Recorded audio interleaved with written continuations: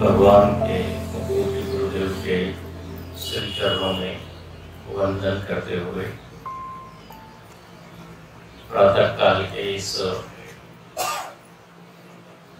सत्र का हम लोग प्रारंभ करते हैं। सुबह की इस कक्षा में हम लोग प्रातः स्मरामि हृदि संस्फुरदात्मतत्त्वम्, ये जो स्तोत्र है जिसमें 3 श्लोक हैं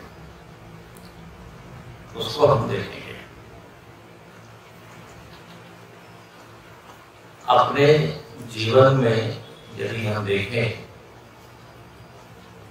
तो अपने जीवन का लक्ष्य परमानंद की प्राप्ति है,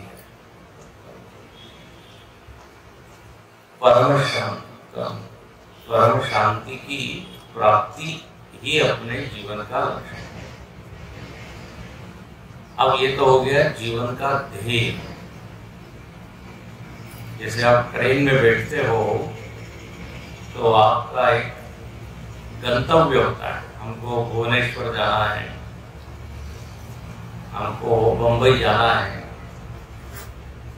जब भी यात्रा होती है तो उसका एक आखिरी का स्टेशन होता है। तो ये जीवन भी एक यात्रा है और इस यात्रा का आखिरी स्टेशन कौन सा है? तो बोले परमानंद। उसी को लोग बोलते हैं मोक्ष, कोई बोलता है भगवान के दर्शन, कोई कहता है आत्म साक्षात्कार, ब्रह्म साक्षात्कार, क्योंकि आत्म साक्षात्कार से जीवन में परम शांति मिलती है। अब एक बार ये निश्चित हो गया कि हमको ये प्राप्त करना है तो फिर विचार करते हैं कि कौन कौन से साधन उपलब्ध है। एक बार आपने तय कर लिया कि बंबई जाना है, फिर आप सर्च करते हो कौन सी ट्रेन जाती है, यदि वायुयान से जाना चाहता है तो कौन सी फ्लाइट जाती है। साध्य का निर्णय होने पर साधन की चर्चा। जगन्नाथपुरी जाना है तो अब बहुत सारे साधन उपलब्ध हैं। कोई कार से जा सकता है, कोई बस से जा सकता है, कोई साइकिल से जा सकता है, कोई पैदल भी जा सकता है। अब अपने ऊपर है कि हम कौन सा साधन ले। पैसा है तो कार से जा सकते हैं, पैसा कम है तो बस से जा सकते हैं। अब ऐसे ही जीवन का ध्येय यदि आत्मज्ञान है और जीवन में परम आनंद है तो साधन कौन कौन से? तो बहुत प्रकार के साधन अपने शास्त्रों में बताए। एकदम प्रारंभिक साधन यदि हम शुरू करें तो बोले आप तीर्थ यात्रा की। लोगों को एकदम ध्यान करने नहीं आता तो अध्यात्म मार्ग में प्रवेश कहां से होता है? बोले तीर्थ यात्रा। यहाँ घूम रहे हैं, वहां घूम रहे हैं। हम लोग भी देखते हैं कि जब प्रवचन के लिए बुलाया जाता है तो नहीं आते, लेकिन उनको कहा जाए कि हम 4 धाम जा रहे हैं, वो आ जाते हैं, पूरी बस भर जाती है। लेकिन ऐसे कहा जाए कि रोज क्लास के लिए आए, बोले नहीं टाइम नहीं है, लेकिन घूमने के लिए टाइम निकलता है।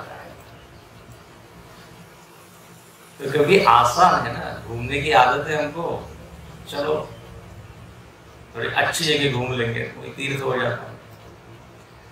तो तीर्थ यात्रा है। फिर सेवा है, समाज सेवा है, वो भी लोगों को आसान होता है।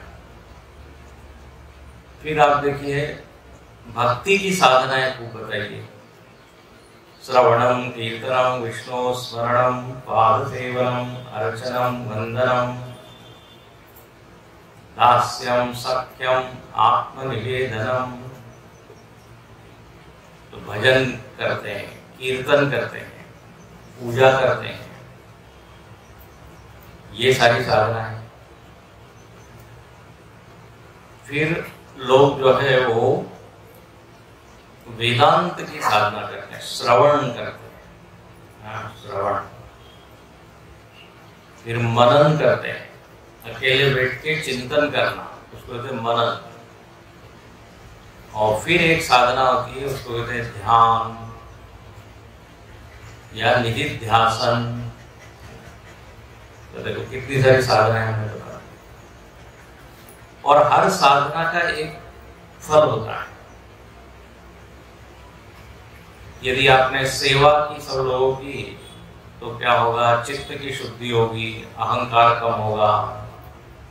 कर्मयोग की साधना की तो राग द्वेष कम होगा। जप की साधना की तो उससे एकाग्रता बढ़ेगी। हर साधना का एक विशिष्ट फल है।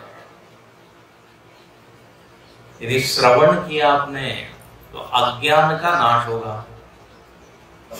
लेकिन श्रवण करने से क्या होता है, अज्ञान नष्ट होता है। इसे खूब सुनना चाहिए, धीरे धीरे ज्ञान होने लगता है। बिनु सत्संग विवेक न होई, बिना सत्संग के विवेक नहीं होता। मनन करने से अपनी जो शंकाएं हैं, संशय है, वो धीरे धीरे कम होते हैं यदि मनन किया जाए। और अब ऐसी एक साधना है ध्यान। ध्यान की साधना यदि की जाए तो क्या होगा, तो ध्यान की साधना के बहुत फल बताए हैं। गीता में भगवान कहते हैं उपविश्यासने युञ्जात योगम आत्मविशुद्धये। बोले ध्यान यदि किया जाए तो आत्मशुद्धि होती है। आत्मशुद्धि मतलब अंतःकरण में जो नकारात्मक भावना है, काम क्रोध लोभ मोह मद मत्सर राग द्वेष अभिमान, ये सब कचरा है। कचरा, ये कचरा क्या होता है, धीरे धीरे निकलता है। ध्यान करने से ये कम होता है, चित्त की शुद्धि होती है। और देखो जहां पे स्वच्छता होती है, शुद्धि होती है, वहां प्रसन्नता होती है, अच्छा लगता है। जहां कचरा होता है वहां दुर्गंध आती है। तो अपने मन से ये कचरा निकालना चाहिए। गोस्वामी तुलसीदास जी ने स्तुति लिखी श्री रामचंद्र जी की, श्री रामचंद्र कृपालु भज मन हरण भव दारुणम।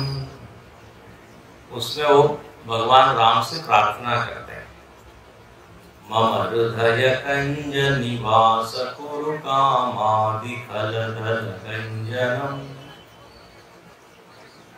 तुलसीदास जी ने राम जी से कहा कि आप हमारे हृदय में आइए, मन में आइए। भगवान ने कहा तुम्हारे मन में इतना कचरा है, मैं कैसे बैठूंगा वहां। मैं जैसे कोई बड़ा व्यक्ति आता है आपके घर में तो आप क्या करते हो, कमरे को साफ करते हो नहीं? स्वामी जी आए, स्वामी जी आए, साफ करो। लेकिन हम क्या करते हैं मालूम है, बाहर का कचरा अंदर के कमरे में डालते हैं, कपड़े वपड़े। और स्वामी जी यदि कहे कि हम अंदर जाके बैठेंगे, नहीं स्वामी जी इधर ही बैठे। तो बड़े व्यक्ति जो आते हैं, जैसे हम सफाई करते हैं, ऐसे भगवान को दिल में लाना है तो क्या करना पड़ेगा, विकारों को खत्म करना। कैसे करें, तो बोले रोज सुबह उठ के ध्यान कीजिए। ध्यान से मन सूक्ष्म होता है, ध्यान रखना। ध्यान से मन क्या होता है, सूक्ष्म शुद्ध। और हम जो अपने आप को मानते हैं कि मैं शरीर हूं, मैं जीव हूं, इसको शास्त्रीय भाषा में कहते हैं विपर्य। विपर्य मतलब विपरीत भावना, गलत भावना। जैसे हम है उसके उल्टा हम समझ रहे हैं। हम तो है सच्चिदानंद आत्मा, लेकिन आज क्या मान रहे हैं, मैं शरीर हूं।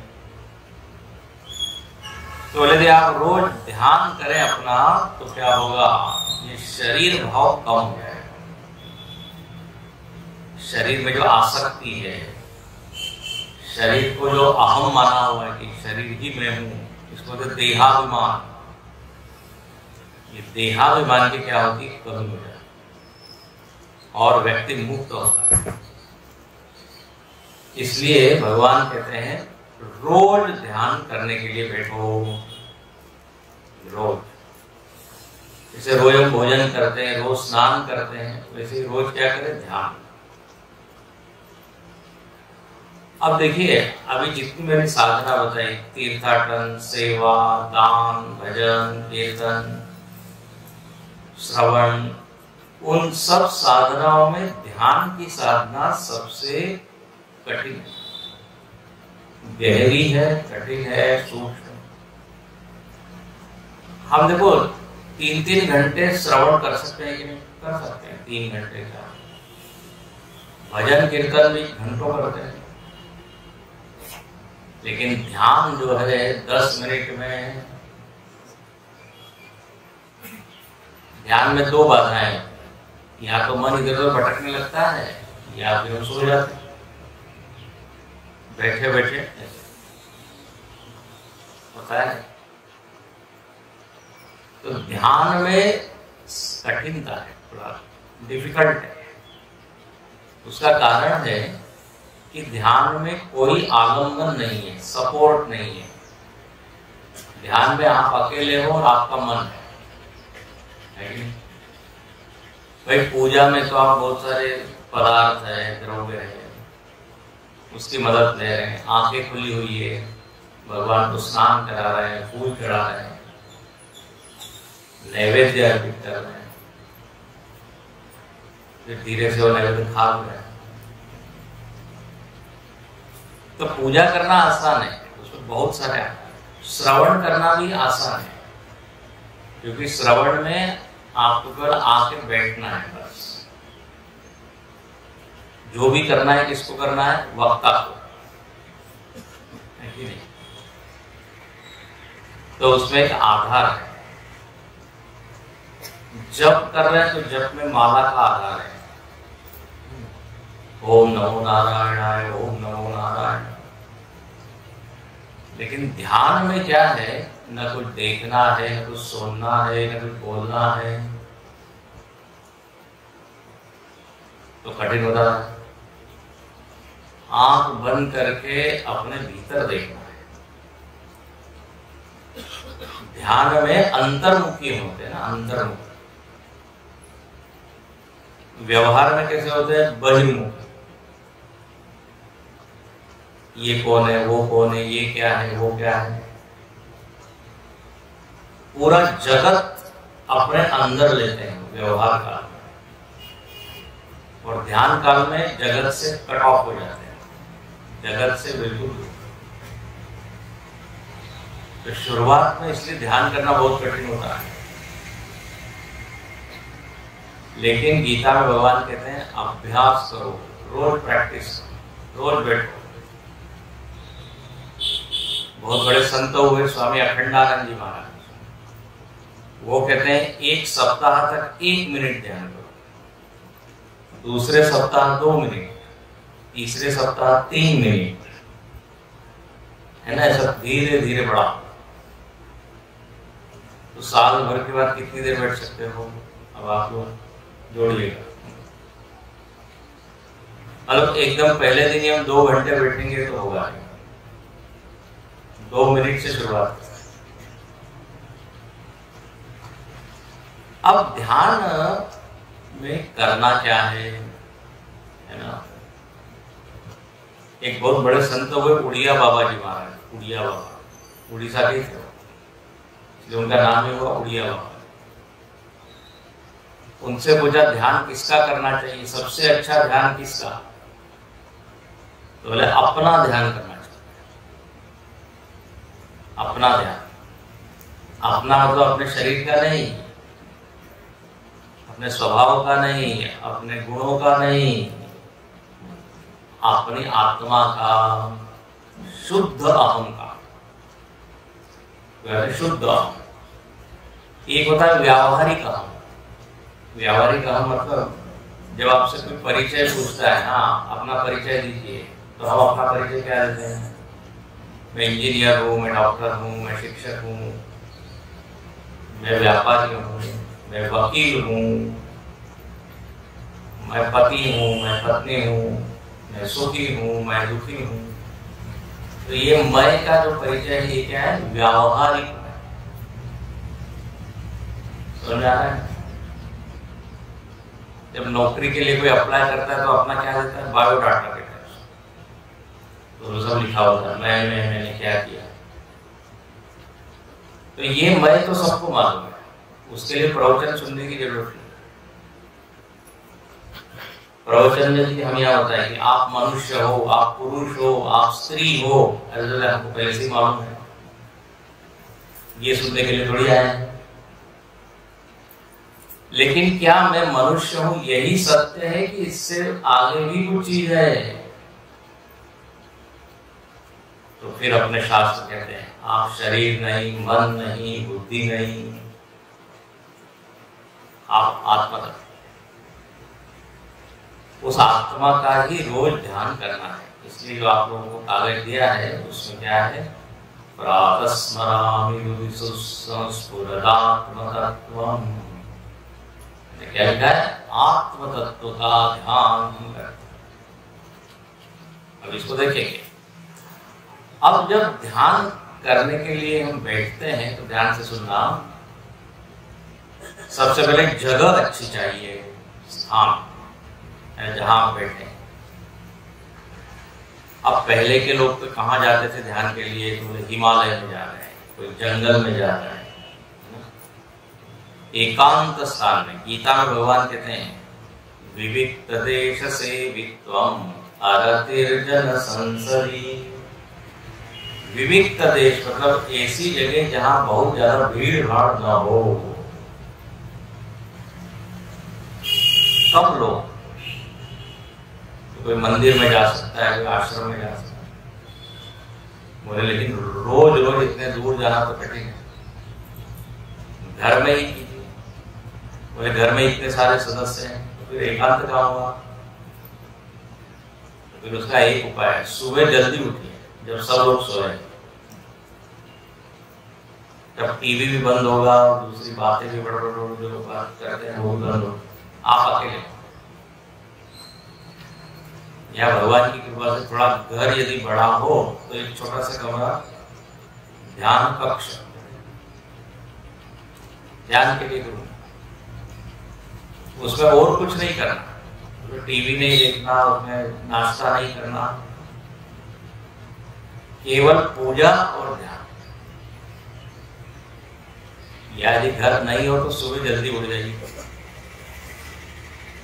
विविक्त देश, ये प्रारंभ में एकांत चाहिए, उसके बाद में तो आप फिर कहीं भी ध्यान कर सकते। इसलिए स्वामी विवेकानंद जी ने कहा कि जो सिद्ध पुरुष है वो तो फिर भरे बाजार में भी ध्यान कर सकते, वो रेलवे के प्लेटफॉर्म पे भी समाधि लगा लेता है।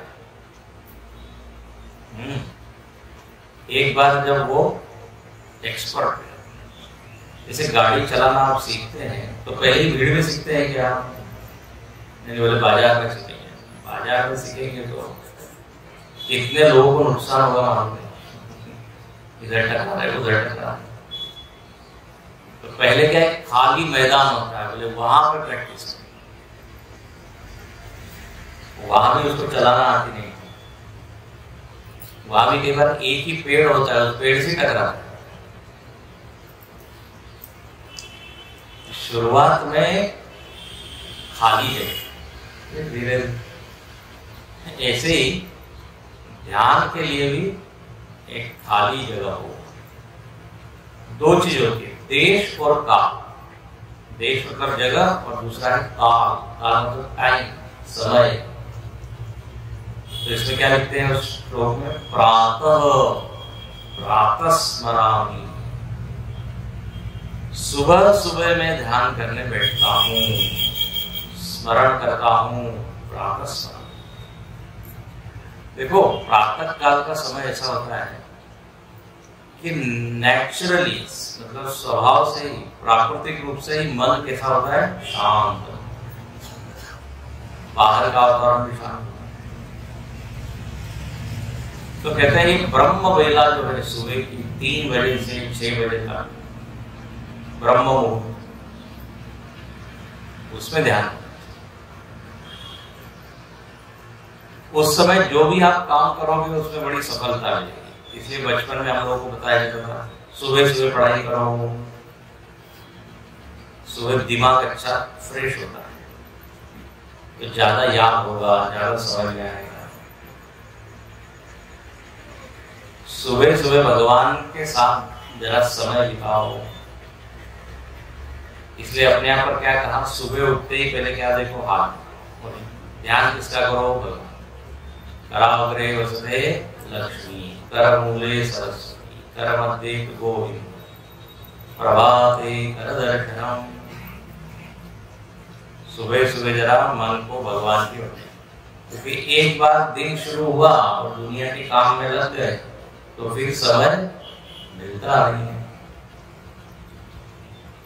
इसलिए जब वातावरण शांत है, सात्विक है, तब आप करें।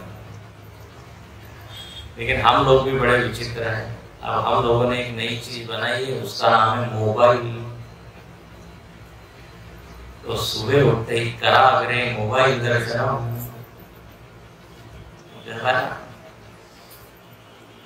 कराग्रे वसते फेसबुकम, करमध्ये तो ट्विटरम,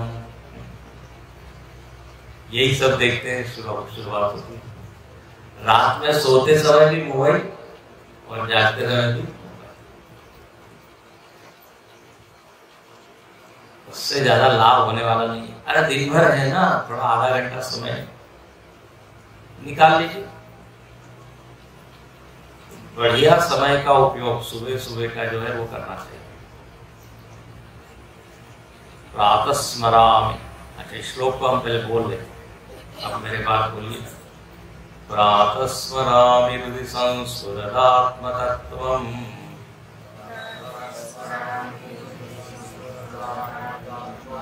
सच्चित् सुखं परमहंस गतिं तुरीयम्, यस्वप्नजागर सुषुप्तमवैति नित्यम्,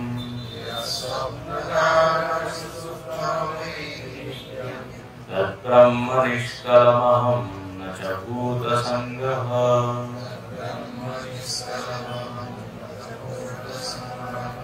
तद्ब्रह्म निष्कलमहं न च भूतसङ्गः।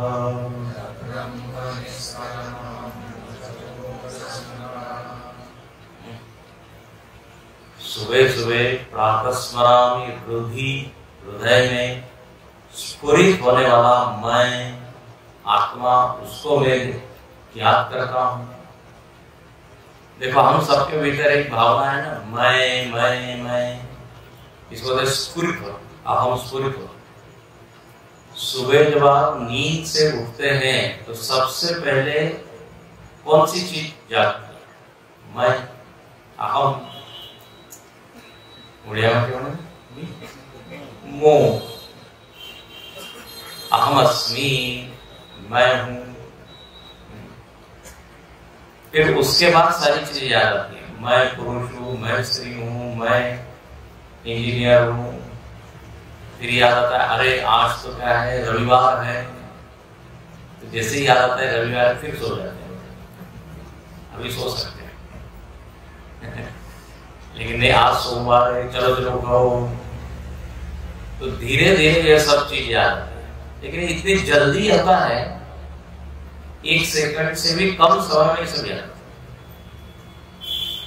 तो मैं कहने का अर्थ ये है कि सबसे पहले जिसकी स्फुरणा होती है, कुछ याद आती है, अहम मैं। अब ये असली मैं कौन हूं, तो उसी का वर्णन यहाँ पे किया है। व्यावहारिक मैं नहीं, पारमार्थिक मैं। उसको क्या बोलते हैं? पारमार्थिक। जो वास्तविक मैं, उसका वर्णन यहाँ पे किया है। 2 तरह के मैं हो गए। एक तो रोज जो जीवन में हम जिस मैं का उपयोग करते हैं। अब जैसे मैं अभी यहाँ बैठा हूँ, कोई पूछेगा आप कौन है, तो मैं क्या बोलूंगा, मैं स्वामी जी हूँ, मैं वक्ता हूँ। आप सब लोग यहाँ बैठे हैं, आपसे पूछा है आप कौन है, तो बोले मैं श्रोता हूँ। और जो सुन नहीं रहा है वो बोलेगा मैं सोता हूँ। सो रहा है नहीं, सब जाग रहे हैं। तो अहम श्रोता, मैं भोजन कर रहा हूं तो अहम भोक्ता, मैं जा रहा हूं तो अहम गंता, अपने नाम बदलते रहते। लेकिन एक मैं ऐसा है जो कभी बदलता नहीं, वही असली मैं हूं, वास्तविक, उसका ध्यान। अच्छा, अब ऐसा है जब ध्यान करने बैठते हैं तो हमने बताया देश, काल और तीसरा है अपना शरीर। शरीर की मुद्रा कैसे हम बैठे। तो गीता में भगवान ने ध्यान के लिए बताया कैसे बैठे। तो शुचौ देशे प्रतिष्ठाप्य, एक तो स्थान पवित्र हो और सीधा बैठे, सीधा। समम कार्य शिरो ग्रीवम धारयन नचलम से, मतलब ये जो सिर है, गला है, पीठ है, ये तीनों कैसे हो, एक लाइन, जैसे मोबाइल का डंडा है सीधा, ऐसे सीधा, ऐसा। लेकिन बहुत ज्यादा अपने शरीर को खींचे नहीं, कड़क नहीं करना, सीधे बैठना है लेकिन रिलैक्स बैठना। सीधे बैठने से क्या होता है कि जो गुरुत्वाकर्षण की रेखा है वो अपने पीठ में से जाती है, रीढ़ के हड्डी में से, और अपना बैलेंस बना देता है, गिरते नहीं है। यदि आप ऐसा बैठोगे ध्यान में तो बार बार क्या होगा, ऐसे बैठेंगे तो बार बार पीछे जाएंगे, सीधे। अपना जो पैर है और ये भाग है, इसमें 90 डिग्री का कोण होना है, 90 डिग्री। गणित पढ़ा है ना, जैसे कोण होता है ना, अलग कोण होते हैं, समकोण बोलते हैं, क्या बोलते हैं, 90 डिग्री का। जितनी देर ध्यान बैठे ऐसे ही बैठे। कोई लोग बैठते तो है जब शुरुआत में तो 90 डिग्री हो, जब ध्यान पूरा हो जाता है तो 45 डिग्री हो जाता है। मतलब क्या, धीरे धीरे। तो इसलिए कम बैठे लेकिन सीधा। हमारे गुरुजी कहते हैं कि जैसे वो होता है ना पूर्ण विराम, स्ट्रेट लाइन होती है, एक होता है प्रश्नवाचक चिन्ह। कोई लोग बैठते तो सीधा लेकिन धीरे धीरे से गोल हो जाता है, ऐसा नहीं होता। तो धारयन नचलम, सबसे पहले अपनी ये मुद्रा ठीक, उसके बाद ये दोनों हाथ कैसे रहे, तो बोले या तो ऐसे, इसको बोले ज्ञान मुद्रा, चिन्ह मुद्रा, या फिर ऐसे। कोई लोग ऐसे भी अलग अलग। फिर कहा कि अपनी सारी इंद्रियां जो है ना वो शांत हो जाए, मतलब आंख से इधर उधर देखे नहीं, कान से कुछ सुने नहीं, दिशश्चा अनवलोकयन, गीता भगवान कहते हैं। बोले ध्यान में बैठे तो इधर उधर ना देखे कि वो ध्यान कर रहा है कि नहीं, वो ध्यान कर रही है, अपना ध्यान अपनी ओर देना। ध्यान शब्द का अर्थ क्या है, ध्यान देना। जब हम कहते हैं ना ध्यान से सुनो, ध्यान से पढ़ो, ध्यान से देखो, मतलब पूरी एकाग्रता से उस चीज की ओर देखो। तो ध्यान करना मतलब क्या है, अपनी ओर ध्यान देना। जो हम इधर उधर ध्यान देते हैं, ध्यान के आसन पे बैठने पर अपनी ओर ध्यान देना, ठीक है। इसलिए हमारे स्वामी जी, गुरु जी ने एक बड़ा अच्छा वाक्य बोला, बोले ध्यान मतलब क्या, स्वरूपस्य सहजम भानम ध्यान उच्यते, अपने स्वरूप का भान होना, अपने स्वरूप की याद आना, अपने स्वरूप में एकाग्र होना, यही क्या है? ध्यान। अब ये शुरुआत में तो होता नहीं, बैठने के बाद भी मन इधर उधर भटकता है, लेकिन करते रहना। इसलिए इस ध्यान श्लोक में क्या बोला? स्मरामि हृदि संस्फुरदात्मतत्त्वम् सच्चित् सुखम। अब देखिए, मैं कौन हूं? तो उस मैं का वर्णन है, मैं सच्चित् सुखम। आपने एक शब्द सुना होगा, सच्चिदानंद, सुना है? तो बोले मैं कौन हूं? तो मैं सत का अर्थ होता है ऐसा अस्तित्व जिसमें कोई आकार नहीं, कोई गुण नहीं, कोई दोष नहीं। अस्ति है, मैं हूं। उस मैं में किसी भी आकार का ध्यान मत कीजिए कि मैं 5 फुट 4 इंच हूं, मेरा वजन इतना है, मैं ब्राह्मण हूं, मैं क्षत्रिय, ये कुछ नहीं, केवल अस्तित्व। सत। और फिर मैं कैसा हूं? चित। चित मतलब होता है मुझको मेरा ज्ञान है, भान है कि मैं हूं। देखो दो पदार्थ होते हैं, एक होते हैं चेतन और एक होता है जड़। सुना है आपने? जो जड़ चीजें होती है उनको अपना भान ज्ञान कुछ नहीं होता। ये तो आप लोगों ने वेदांत के प्रवचन सुने होंगे, तो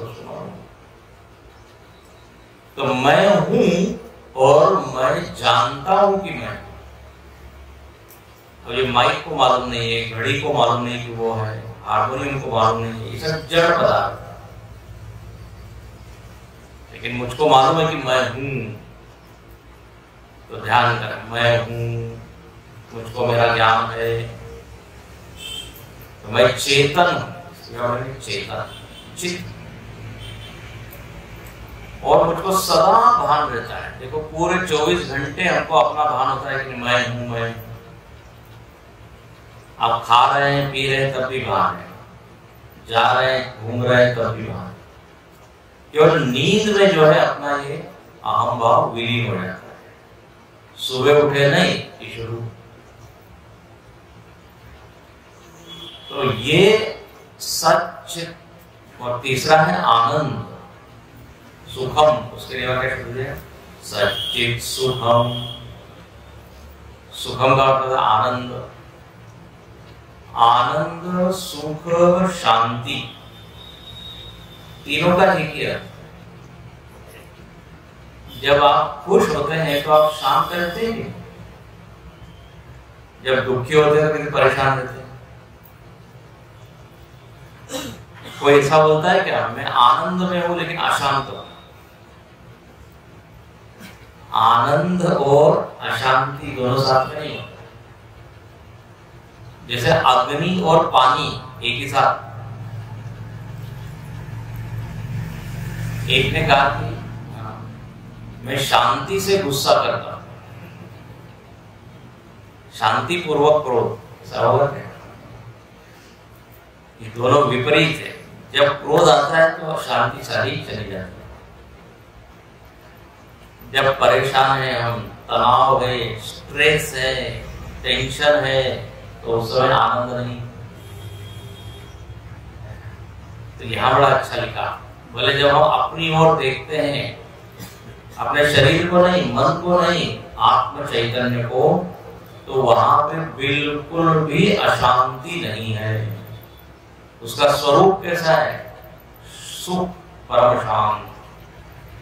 जैसे समुद्र होता है ना, ऊपर ऊपर से बड़ा चंचल दिखता है, लहर लहर। जैसे आप डुबकी लगाते हैं, शांत, गहन, गंभीर। ऐसे ही मन के स्तर पे अशांति है, शरीर के स्तर पे अशांति है, लेकिन जितना जितना आप गहरे जाएंगे उतनी उतनी शांति। इसलिए कबीरदास जी कहते हैं, जिन खोजा तिन पाइया, गहरे पानी पेट, बोले जिसने अंदर डुबकी लगाई उसको तो बहुत मोती मिले। मैं बबुरा बूढ़न भया रहा किनारे बैठ, मैं तो किनारे बैठा रहा तो मुझको कुछ नहीं मिला। हम लोग किनारे बैठे रहते हैं, किनारे बैठना तो शरीर के स्तर पर ही रहते हैं, शरीर से भी बाहर ही रहते हैं। लेकिन जो शरीर के अंदर गया, इंद्रियां, मन, प्राण, बुद्धि, बोले यहां तो बहुत शांति है। इसलिए गीता में भगवान कहते हैं आत्मसंस्थम मन कृत्वा न किंचिदपि चिंतयेत्। बोले एक बार मन को आप शांत कर दो, आत्मा में स्थिर कर दो, उसके बाद कुछ विचार नहीं करना है, कुछ नहीं सोचना, बस उस आत्मानंद का आनंद, उसी को कहते समाधि। तो सच्चित सुखम, सच्चित आनंद, कल इसके ऊपर और चर्चा करेंगे, लेकिन अभी केवल अर्थ होता है। तो मैं हूं, मैं जानता हूं कि मैं हूं, और उस मैं में अशांति नहीं। हो गया। देखो जिसने पहले कुछ सुना नहीं है ना ये वेदांत के बारे में, उसको ध्यान करना कठिन होता है, क्योंकि उसको मालूम ही नहीं है शब्दों का अर्थ। इसलिए श्रवण के बाद फिर कहा है ध्यान, ध्यान से सुनो। पहले थोड़ा सुनो, आत्मा क्या है, सत क्या है, चित्त क्या है कि नहीं, शरीर क्या है, सूक्ष्म शरीर क्या है। अब ये हमको मालूम ही नहीं है और हम यदि कहते हैं हाँ आत्मा का ध्यान करो, बोलेगा आत्मा तो क्या, पहले ये तो बताओ। अब जैसे मैंने कहा स्वामी विवेकानंद का ध्यान करो, तो आप ध्यान कर सकते हैं स्वामी विवेकानंद, क्योंकि जानते हैं सब थोड़ा थोड़ा। लेकिन मैं यदि कहूं स्वामी गड़बड़ानंद का ध्यान करो, बोले ये कौन स्वामी। मैं यदि कहूं भारत का ध्यान करो, तो आपके भीतर एक भारत का आकार आ जाता है। लेकिन अब किसी ऐसे देश का नाम लो जो आपको मालूम ही नहीं है, तो कोई आकार आएगा। अब मैं कहूं भगवान कृष्ण का ध्यान करो, अब कोई फॉरेन का आदमी उसको मालूम ही नहीं राम कृष्ण शिव, तो कौन किसका क्या करो। तो पहले ज्ञान होना चाहिए, पहले थोड़ा हो लेकिन पहले ज्ञान हो। इसलिए कहते हैं आत्मा वारे श्रोता हुआ, मनता हुआ, और फिर निधिध्यास। ठीक है, इसलिए अपने चिन्मय मिशन में वेदांत के ग्रंथ पढ़ाए जाते हैं। सुनो सुनो,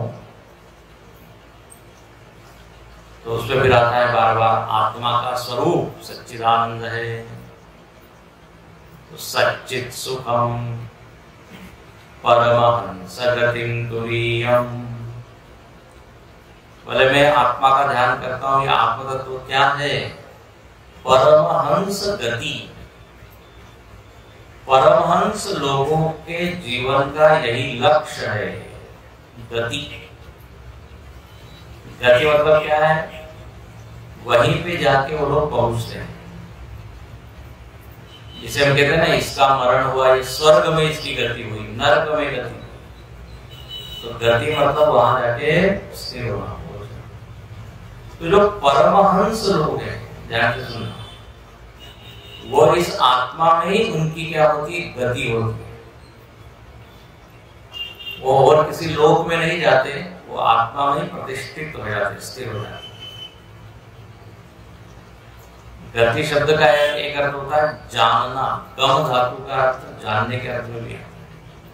तो परमहंस लोग इस आत्मा को जानते हैं, उनके जीवन का ध्येय यही होता है। अब देखो आपने हंस का शब्द सुना होगा ना, हंस, हंस क्या कहते हैं, हंस। हंस में एक गुण होता है नीर क्षीर विवेक, दूध और पानी को क्या करता है, अलग करता है, दूध और पानी। यहाँ क्या लिखा है, परमहंस। परमहंस कौन है, तो जितने ब्रह्म ज्ञानी लोग होते हैं, सिद्ध लोग होते हैं, वो परमहंस कहलाते हैं। जैसे रामकृष्ण परमहंस स्वामी विवेकानंद के परमहंस का अर्थ होता है जो परम वस्तु को अन्य सारी वस्तुओं से अलग करे। परम मतलब सुप्रीम, सबसे ऊंची वस्तु, और वो क्या है? आत्म चैतन्य। तो जो शरीर मन बुद्धि से अलग आत्म तत्व को देखते हैं, उसी में स्थित रहते हैं, उनको कहते हैं परमहंस। हो गया ना बढ़िया?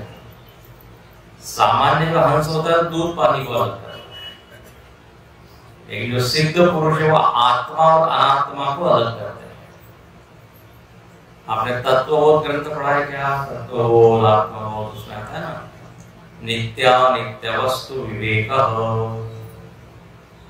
विवेक करो मतलब पृथक करो, नित्य वस्तु अलग, अनित्य वस्तु अलग। जैसे आपके अनाज में कभी क्या हो जाता है? कंकड़ आ जाते हैं, छोटे छोटे पत्थर, तो चावल अलग करते हैं, पत्थर को अलग करते हैं, विवेक कहते हैं। तिल तंडुल विवेक, तिल में तंडुल मिल जाए, तंडुल मतलब चावल, और तिल मिल जाए तो क्या करते हैं? तो अलग करते हैं। हर कदम पे हम विवेक करते हैं, हर कदम पे अलग अलग करते हैं। भोजन करने बैठते हैं, थाली में 10 आइटम है, जो हमको अच्छे नहीं लगते उसको अलग करते हैं, ये मैं नहीं, ये भी विवेक हुआ, पृथक करना। जब आप रास्ते पे जाते हो तब भी विवेक करते हैं, इधर नहीं जाना है, इधर जाना है ना। छोटे बच्चों को भी हम विवेक कराते हैं, अलग अलग रंग के बॉल रख देते हैं, लाल, पीली, नीली, हरी। फिर बच्चों के लाल गेंद अलग निकालो, तो लाल लाल रंग का विवेक, ये लाल है, ये पीला है। तो बिना विवेक के तो आप आगे बढ़ नहीं सकते। जब सड़क पे भी जाते हैं तो लाल लाइट, पीला लाइट, हरा लाइट होता है। हरा लाइट मतलब क्या? जाना। एक बार किसी ने कहा भारत में इन तीनों रंगों का अलग ही उपयोग है। हरा रंग मतलब जाना, पीला रंग मतलब तेजी से जाना, और लाल रंग मतलब इधर उधर देखना, यदि पुलिस ना हो तो चले जाना, मतलब रुकने का नाम ही नहीं। विदेशों में हम जाते हैं तो वहां पे रात में 2 बजे भी यदि उस चौक पे कोई नहीं हो, लाल लाइट तो खड़ा रहेगा, ये नहीं कोई नहीं है तो निकल जाए। हम लोगों का अभी वो अनुशासन नहीं है। तो विवेक, इसीलिए तो दुर्घटनाएं होती है, इधर से भी जा रहा है, इधर से भी, लाल लाइट पे भी जा रहा है। जब हम विवेक नहीं करते ना तब एक्सीडेंट होता है, हर कदम पे। जो खाना नहीं है वो खा लिया, जो पीना नहीं है पी लिया। तो विवेक के बहुत सारे स्तर हैं। सबसे उच्च स्तर मतलब आत्मा और अनात्मा का, और ये कहना कि मैं अनात्मा नहीं हूं, ये शरीर मन इत्यादि को क्या कहेंगे? अनात्मा, जो आत्मा नहीं है। परमहंस लोग क्या करते हैं? पहले श्रवण करते हैं, फिर मनन करते हैं, फिर ध्यान करते हैं, और ध्यान में इसी सच्चिदानंद स्थित सच्चित सुखम परमहंस गतिम तुरीयम। अब एक और शब्द है, बोले मैं सुबह सुबह ध्यान करता हूँ किसका? जो सच्चिदानंद है और जो तुरीय है। अभी तुरीय शब्द सुना है क्या? इन लोगों ने पहले कुछ सुना होगा, उनको अब इसके ऊपर बाद में आएंगे, लेकिन उसकी अगली पंक्ति क्या है? सच्चित् सुखम परमहंस गतिं तुरीयं यस्वप्न जागर सुषुप्तम अवैति नित्यम। अब ये भी आत्मा का ही वर्णन है। बोले मैं सुबह सुबह आत्मा का ध्यान करता हूँ, और आत्मा कैसा है? तो जागृत, स्वप्न, सुषुप्ति इन तीनों से पृथक है और तीनों का साक्षी है, उसको आत्मा। अब देखो, सबसे पहले तो अब ये समझना पड़ेगा कि जागृत स्वप्न सुषुप्ति मतलब क्या है कि नहीं। अब जिन लोगों ने पहले सुना है तो उनको मालूम होगा। अभी हम सब लोग कौन सी अवस्था में बैठे हैं? जागृत में, पक्का जागृत। स्वामी आप प्रवचन करते रहोगे तो फिर सुषुप्ति में चले जागृत अवस्था। फिर जब दिन भर जागृत अवस्था में रहते हैं, जब थक जाते हैं तो फिर सोने के लिए जाते हैं। तो जब बिस्तर पे लेटते हैं तो कभी कभी एकदम नींद नहीं आती, बीच में एक सपना देखते, उसको क्या बोलते हैं? स्वप्न। फिर जब स्वप्न में विलीन हो जाता है तो फिर गाढ़ी नींद में चले जाते, उसको कहते हैं सुषुप्ति। सुषुप्ति मतलब स्वप्न रहित निद्रा, जहां हमको पता ही नहीं कि मैं कौन हूं, मैं क्या हूं, कितनी देर सोया हूं। जब कोई व्यक्ति गाढ़ी नींद में सोया होता है तो दूसरा कहता है मालूम नहीं कब से सो रहा है, कुछ नहीं है, 8 घंटे हो गए, लेकिन उसको तो पता ही नहीं। और अलार्म भी बजता है तो भी वो सुनता है। गाढ़ी नींद, गहरी नींद। तो ये 3 अवस्थाएं आती है, 24 घंटे में 3 आती है। जागृत स्वप्न, जागृत स्वप्न एक आती है, फिर दूसरी आती है, फिर दूसरी आती है, तीसरी आती है। जैसे कोई बस में एक सीट पे कोई बैठा है, उसका गाँव आए वो उतरता है, फिर दूसरा, तीसरा। ऐसे ये 3 अवस्थाएं आती है। अच्छा, अवस्थाएं आती है जाती है, लेकिन मैं आता हूं जाता हूं क्या? मैं तो वैसे ही रहता हूं। यदि स्वप्न के साथ मैं भी चला गया तो सुबह उठ के कौन बोलेगा कि मैंने सपना देखा? स्वप्न के साथ यदि मैं भी लीन हो गया, मर गया, ऐसा होता नहीं।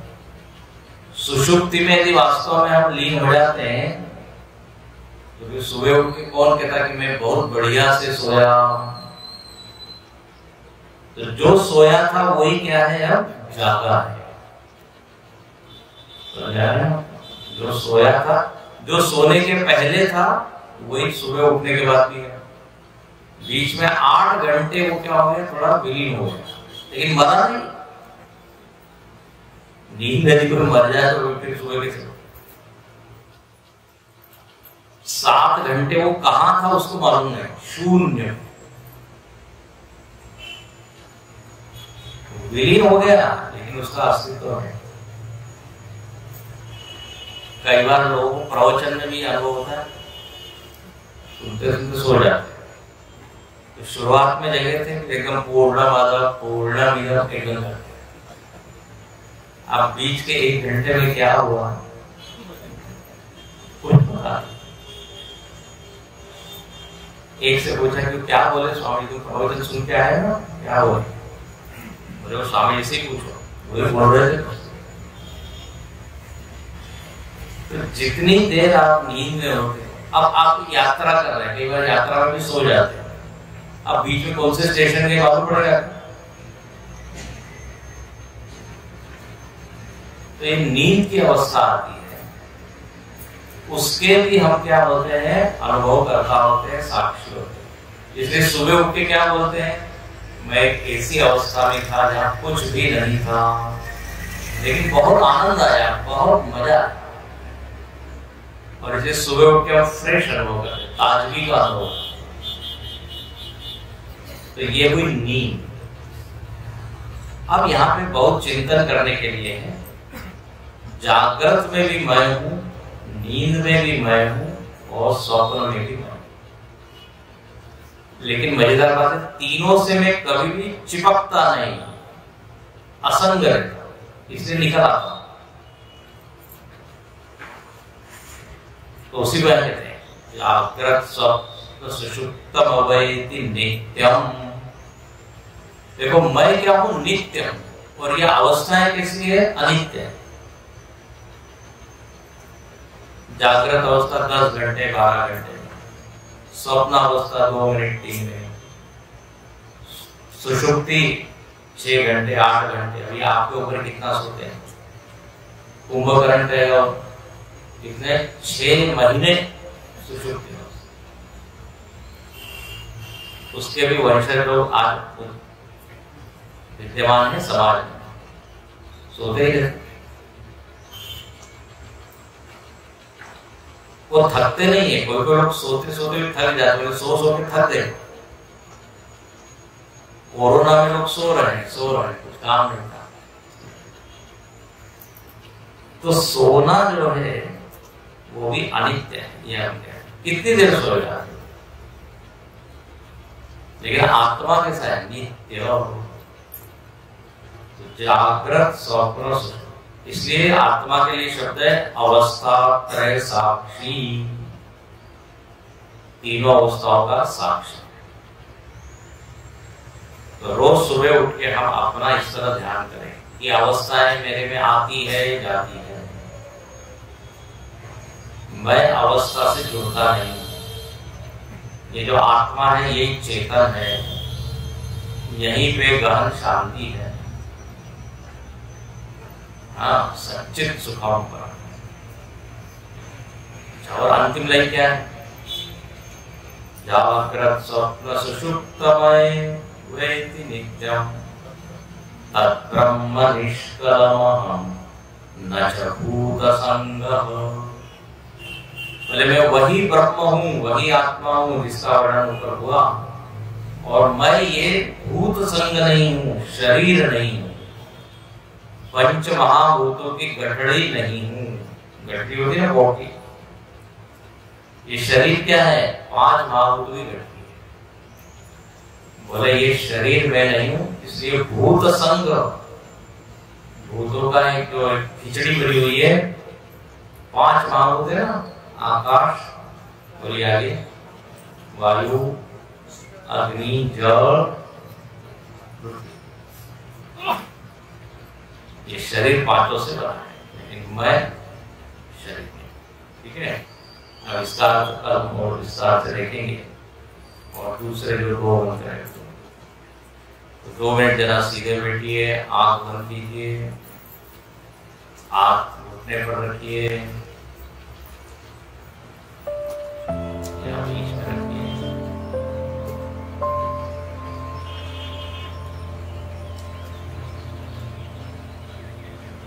शरीर सीधा रहे, शरीर में तनाव